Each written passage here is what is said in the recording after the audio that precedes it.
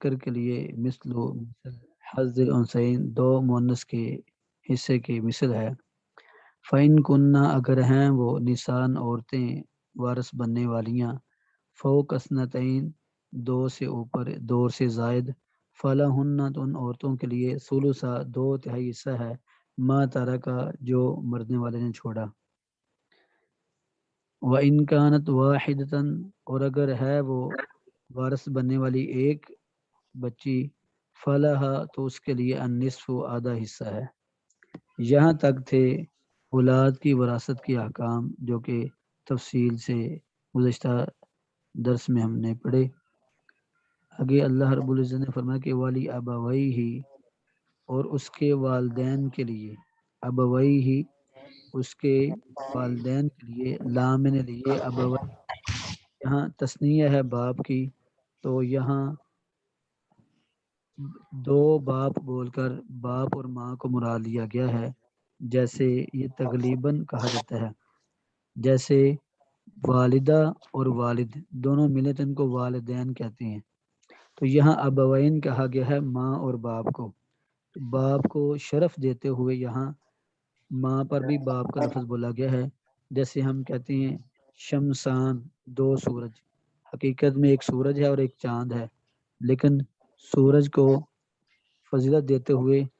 چاند پر بھی سورج کا لفظ بول دیا گیا۔ تو اسی طرح یہاں ابوین، ابوئی ہی جو لفظ تھا یہ دو باپ کا معنی ہے، لیکن یہاں دو باپ سے مراد باپ اور ماں مراد ہیں، جیسے والدین میں ایک باپ اور ایک ماں مراد ہوتے ہیں۔ تو یہاں فرمایا کہ والی ابوئی ہی اور اس کے دونوں والدین کے لیے، ہی ضمیر کا مرجع ہے میت، یعنی میت کے والدین کے لیے، چونکہ وصیت وراثت کے احکامات بیان کیے جا رہے تھے، تو پہلے اولاد کا تذکرہ ہوا، اب یہاں والدین کی ماں اور باپ کی وراثت کو بیان کیا جا رہا ہے۔ تو فرمایا کہ والی ابوئی ہی اور اس کے دونوں والدین کے لیے، ماں اور باپ کے لیے، لکل واحد ہر ایک کے لیے، لکل واحد ہر، یہ شہیرہ سسٹر آپ کی آواز اپنا اسپیکر بند کر دیں، آواز آ رہی ہے آپ کی۔ تو فرمایا کہ والی ابوئی ہی اور اس کے والدین کے لیے، لکل واحد ہر ایک کے لیے، واحد میں نے ایک، کل ہر، اور لام نے لیے، لکل واحد ہر ایک کے لیے، منہما ان والدین میں سے، السدس چھٹا حصہ ہے، مما اس مال میں سے، تارا کا جو فوت ہونے والے نے چھوڑا۔ تو یہاں یہ بیان کیا جا رہا ہے کہ والدین اگر فوت ہونے والی میت جو ہے مرنے والا، اس کے والدین بھی زندہ ہوں تو والدین کو وراثت میں کیسے حصہ دیا جائے گا، تو یہاں والدین کی وراثت کی ایک شکل بیان کی ہے کہ والدین میں سے ہر ایک کو 1/6 1/6 حصہ دیا جائے گا، باپ کو بھی 1/6 اور ماں کو بھی 1/6 میت کے اولاد کے مال میں سے دیا جائے گا۔ تو یہاں ایک شرط بیان کی جا رہی ہے، فرمایا کہ والی ابوئی ہی اور اس مرنے والے کے والدین کے لیے، لکل واحد ہر ایک کے لیے، منہما ان دونوں میں سے، یعنی ان والدین میں سے ہر ایک کے لیے، السدس چھٹا حصہ ہے۔ سدس 6 کو کہتے ہیں، خمس 5 کو کہتے ہیں، پانچویں حصے کو سدس جو ہے یہ چھٹے حصے کو، اور سدیس آپ نے سنا ہوگا، سدیس کہتے ہیں چھوٹا سا چھٹا حصہ، تو یہ سدس کی تصغیر آتی ہے سدیس۔ تو یہاں السدس چھٹا حصہ ہے، مما اس مال میں سے چھٹا حصہ ہے، تارا کا جو اس میت نے چھوڑا۔ اب چھٹا حصہ کب دیا جائے گا، اس کی آگے شرط یہ بیان کی ہے، ان کانا اگر ہو، لہو اس میت کے لیے، والدن اولاد، اگر میت کی مرنے والے کی اولاد ہو تو پھر والدین میں سے ماں اور باپ دونوں کو 1/6 باپ کو اور 1/6 ماں کو حصہ دیا جائے گا، جب مرنے والے کی اولاد موجود ہو۔ اگر مرنے والا بیوی چھوڑ کے گیا اور کوئی اولاد نہیں تھی تو پھر والدین کو یہ حصہ نہیں دیتا، بلکہ اس سے زیادہ حصہ ملتا ہے۔ تو یہاں والدین کی وراثت کی پہلی شکل بیان کی گئی ہے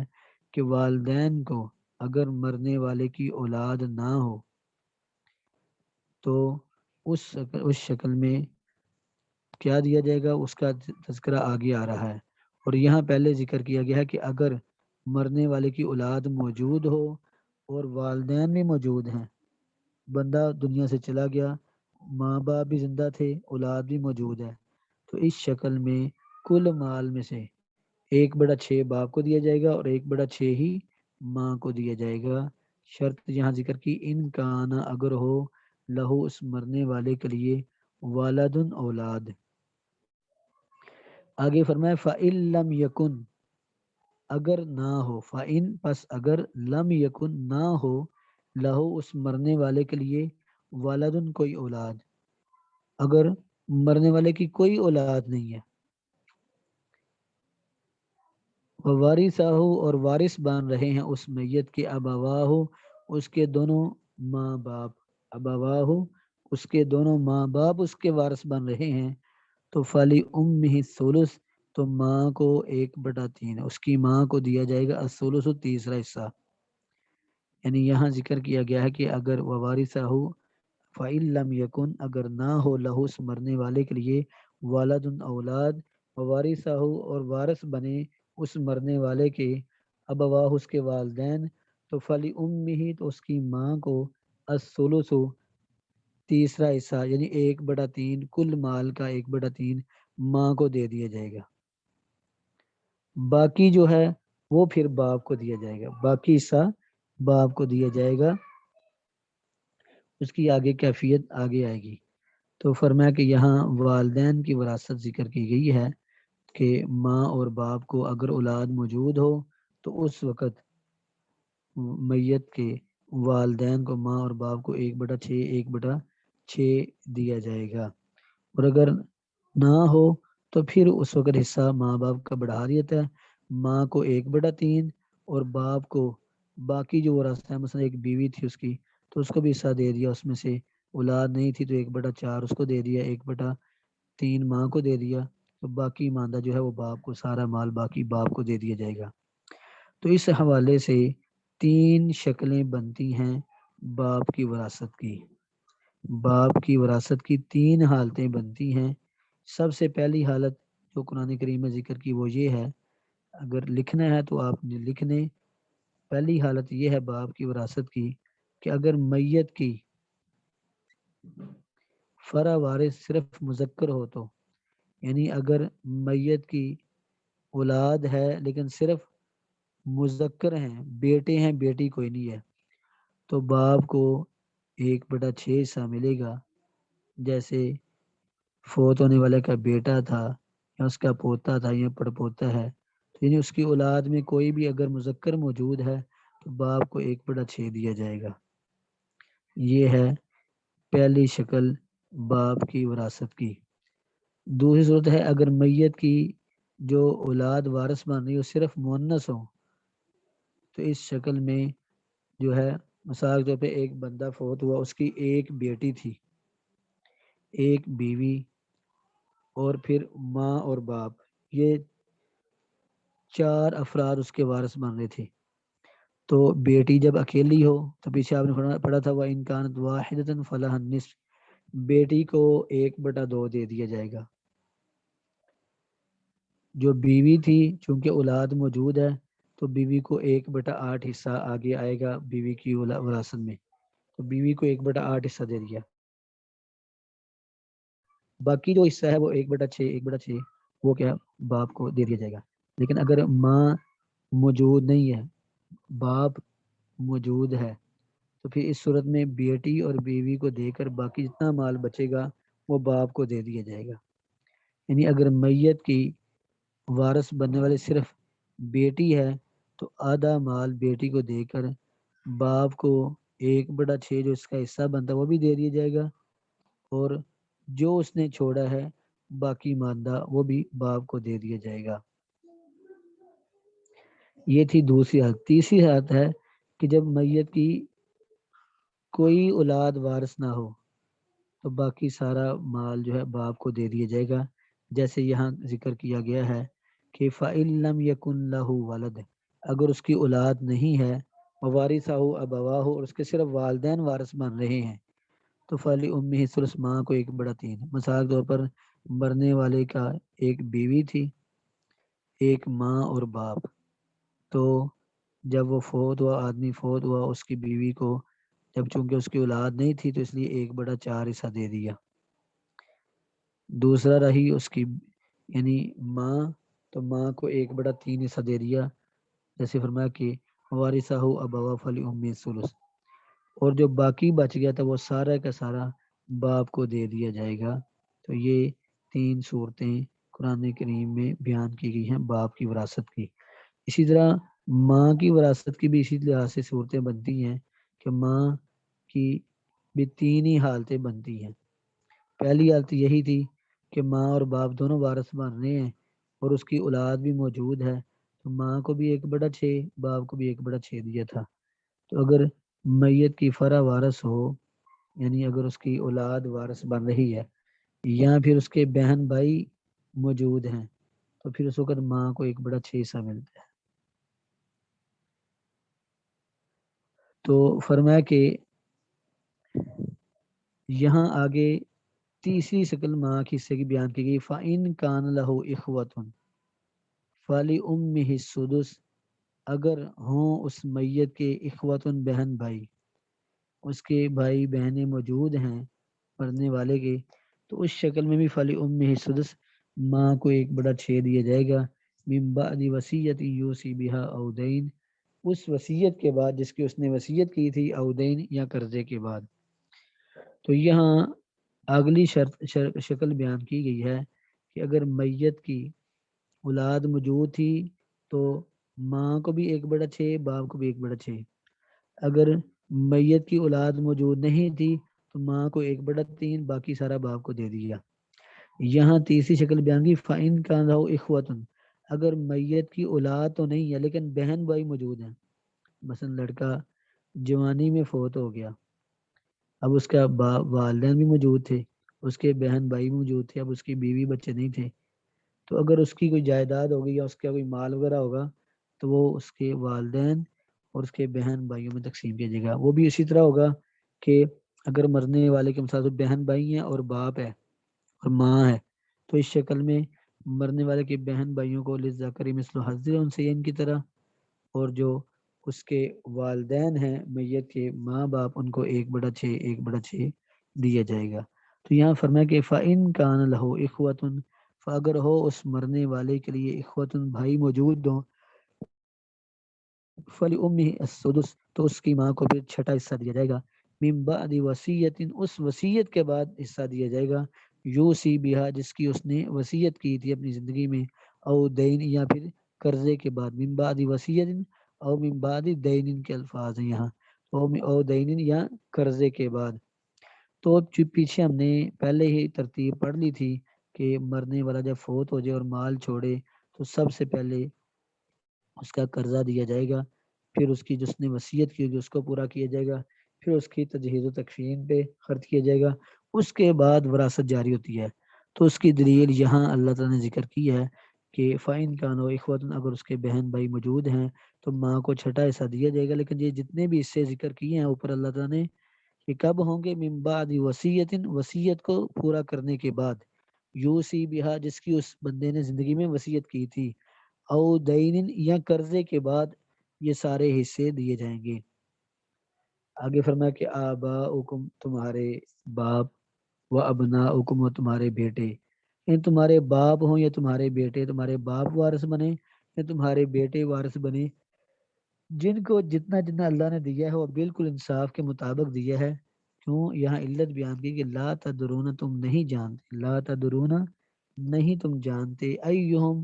کون ہے ان میں سے، یعنی والدین میں سے یا بھائیوں میں سے یا بیٹوں میں سے کون تمہارے لیے اقربو، زیادہ قریب ہے، تمہارے لکم، تمہارے لیے، نفع، نفع کے اعتبار سے۔ تو لا تدرون، نہیں تم جانتے، ایہم، کون ہے ان میں سے، اقرب لکم، تمہارے لیے زیادہ قریبی، نفع، نفع کے اعتبار سے۔ تو اللہ نے جو حصے تقسیم کیے ہیں وہ بالکل حق اور برحق ہیں اور انصاف کے مطابق ہی ہیں۔ تمہیں نہیں پتا کہ تمہارا زیادہ قریبی کون ہے اور تمہارے لیے نفع مند کون ہے، تو یہ اللہ کو تقسیم کا پتہ ہے۔ تو اس لیے جو تقسیم اللہ نے فرضی حصے وراثت بیان کی ہے اسی کے مطابق ہی فیصلہ کرنا چاہیے. جیسے اگر اللہ نے مزید تاکید کے طور پر فرمایا فریضۃ من اللہ، یہ جو ہم نے حصے مقرر کی ہیں، پہلی بات تو یہ ہے کہ ہم نے کیوں مقرر کی ہیں، حالانکہ مال تو مرنے والے کا تھا لیکن اللہ نے حصے مقرر کیے ہیں. تو سب سے پہلے تو اللہ نے فرمایا کہ یہ حصے ہم نے مقرر اس لیے کیے ہیں کہ تمہیں پتہ نہیں ہے تمہارے لیے نفع مند فائدے مند کون ہستی ہے، کون رشتہ دار ہے، یہ اللہ کو پتہ ہے. تو اس لیے جو اللہ کو پتہ ہے تو اس لیے اللہ نے حصے مقرر کیے ہیں، اللہ بہتر جانتا ہے. دوسری اس کی وجہ میں فریضۃ من اللہ، یہ اللہ کی طرف سے فرضی حصے ہیں، اس میں کسی قسم کی کوتاہی گنجائش سستی کاہلی کسی کے لیے بھی جائز نہیں ہے. تو یہ اللہ کا فریضہ ہے جو اللہ نے اپنے بندوں پر فرض کیا. فریضۃ من اللہ، یہ مقرر حصہ جو ہے یہ اللہ کی طرف سے ہے. ان اللہ کانا، بے شک اللہ تعالیٰ ہے، علیمن جاننے والا، حکیمن حکمت والا. اللہ جاننے والا بھی ہے اور حکمت والا بھی ہے. اور امام ابن تیمیہ رحمہ اللہ فرماتی ہیں کہ جس آیت کے آخر میں بھی اللہ تعالیٰ نے اپنے کوئی نام ذکر کیے ہیں تو اس پوری آیت کا مفہوم ان دو ناموں کے اندر اللہ نے سمو دیا ہے. امام ابن تیمیہ رحمہ اللہ فرماتے ہیں کہ ایک آیت کے آخر میں، جس آیت کے آخر میں بھی اللہ تعالیٰ نے اپنے کوئی دو نام دو وصف بیان کیے ہیں تو اس آیت کے پورے مفہوم کا نچوڑ اللہ نے ان دو ناموں میں بیان کر دیا. تو یہاں چونکہ اللہ نے وراثت بیان کی اور وراثت کے حقدار بیان کیے تو اللہ نے فرمایا کہ اللہ کو پتہ ہے، اللہ جانتا ہے کس کو کتنا دینا چاہیے کس کو کتنا دینا چاہیے. اور جو حصے اونچے نیچے تھوڑی کمی بیشی جو آپس میں اللہ نے رکھی گئی ہے، والدین کو کچھ ہے، ماں کو کچھ ہے، بیٹے کو کچھ ہے، بھائیوں کو کچھ ہے، تو یہ حکیماً اس کی حکمتیں ہیں، وہ حکمت والا ہے، اس کی حکمتیں ہیں، اس کا کوئی کام بھی حکمت سے خالی نہیں ہے. اس نے جو حصے تقسیم کیے، بیٹیوں کو توڑے دیے، بیٹوں کو زیادہ دیا ہے، تو اس کی حکمت کیا ہے، اس کی رزن کیا ہے، اس کا سبب کیا ہے؟ پہلی بات یہ کہ اللہ علم والا ہے، اللہ کوئی کام بھی علم سے خالی نہیں ہے. اور دوسری بات یہ کہ اللہ حکمت والا ہے، اللہ نے جو بھی تقسیم کیا اپنی حکمت کے تقاضے کے مطابق کی ہے، اللہ کا کوئی کام بھی حکمت سے خالی نہیں ہے. تو کوئی شخص یہ نہیں کہہ سکتا کہ بھئی بچیوں کو کیوں تھوڑا دیا جا رہا ہے، بچوں کو کیوں زیادہ کیا جا رہا ہے. تو یہ حکمتیں کیا ہیں، یہ اللہ کے علم میں ہے، کیونکہ اللہ جاننے والا بھی ہے اور حکمت والا بھی ہے. تو دوبارہ ایک مرتبہ اس کا ترجمہ پڑھتے ہیں. تو فرمایا کہ والی ابوائی ہی، اور میت کے والدین کے لیے، لکل واحد ہر ایک کے لیے، منہما ان میں سے، السدس چھٹا حصہ ہے، مما اس مال میں سے، تارا کا جو فوت ہونے والے نے چھوڑا. چھٹا حصہ کب ہے یہ شرط بیان کی، ان کانا اگر ہو، لہو اس میت کے لیے، والدن اولاد، اگر اس کی اولاد ہو تو پھر والدین کو دونوں کو چھٹا چھٹا حصہ دے دیا جائے گا. فَإِن لَمْ يَكُنْ لَهُ وَلَدٌ، اور اگر اس کی اولاد نہ ہو مرنے والے کی، وَوَارِثَهُ أَبَوَاهُ، اور اس کے صرف والدین وارث بن رہے، تو فَلِأُمِّهِ الثُّلُث، تو اس کی ماں کو 1/3 حصہ دے دیا جائے گا اور باقی باپ کو دے دیا جائے گا. یہاں باپ کا تذکرہ نہیں کیا تو باپ اس صورت میں اسبہ بنے گا، جو باقی مال بچے گا وہ باپ کو دے دیا جائے گا. فَإِن كَانَ لَهُ إِخْوَةٌ، اگر ہیں وہ اس مرنے والے کے، اگر وَإِن كَانَ، اگر ہیں لہو اس مرنے والے کے لیے، اخواتن بہن بھائی موجود ہیں، فَلِأُمِّهِ، تو اس کی ماں کو السدس چھٹا حصہ دے دیا جائے گا، من بعد وصیت، اس وصیت کے بعد، یوصی بہا، جو اس نے وصیت کی تھی، او دین، یا قرضے کے بعد، قرضے اور وصیت کے بعد یہ حصے دیے جائیں گے. آباؤکم، تمہارے باپ، و ابناؤکم، اور تمہارے بیٹے، لا تدرون، نہیں تم جانتے، والدین اور بیٹوں میں سے، ایہم کون ہے ان میں سے، ایہم کون ہے ان میں سے، اقربو زیادہ قریبی تمہارے لیے، لکم تمہارے لیے، نفعن نفع کے اعتبار سے. فریضۃ من اللہ، یہ اللہ کی طرف سے مقرر ہے، فرض حصہ ہے. ان اللہ کانا، تو پتہ چلا کہ وراثت یہ فرض ہے، کوئی جہیز دے یا نہ دے بیٹی کو، لیکن وراثت دینا فرض ہے. اگر باپ اپنی اولاد کو کوئی جہیز دیتا ہے اپنے تحفے کے طور پر، وہ دے، یہ اس کی خوشی ہے، لیکن جو فرض ہے وہ اس کے ذمے وراثت ہے. ان اللہ، بے شک اللہ تعالیٰ، کانا ہے، علیمن جاننے والا، حکیمن حکمت والا. تو اس کی کیا حکمتیں ہیں، کس کو کتنا دینا ہے، یہ اس کو اللہ کو پتہ ہے۔ تو یہ تھا بھی آج کا ہمارا سبق، میرا خیال سبق ہے بھی مشکل اور تھوڑا سا پیچیدہ ہے، اس لیے اچھی طرح یاد کیجیے گا اور جو لکھوایا اس کو سمجھیے گا۔ اگر کوئی سوال ہے اس حوالے سے تو پوچھ سکتے ہیں۔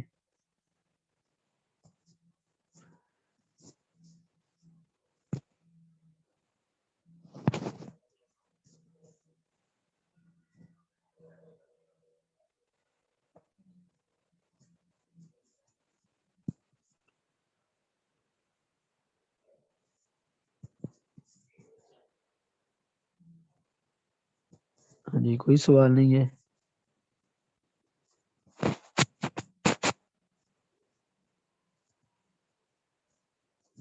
اگر کوئی سوال نہیں ہے تو پھر حدیث کا سبق شروع کرتے ہیں۔ سسٹر اسے ایک مرتبہ بند کر دیں تاکہ دوبارہ یہ درمیان کلاس منقطع نہ ہو اور دوبارہ شروع کریں کلاس کو۔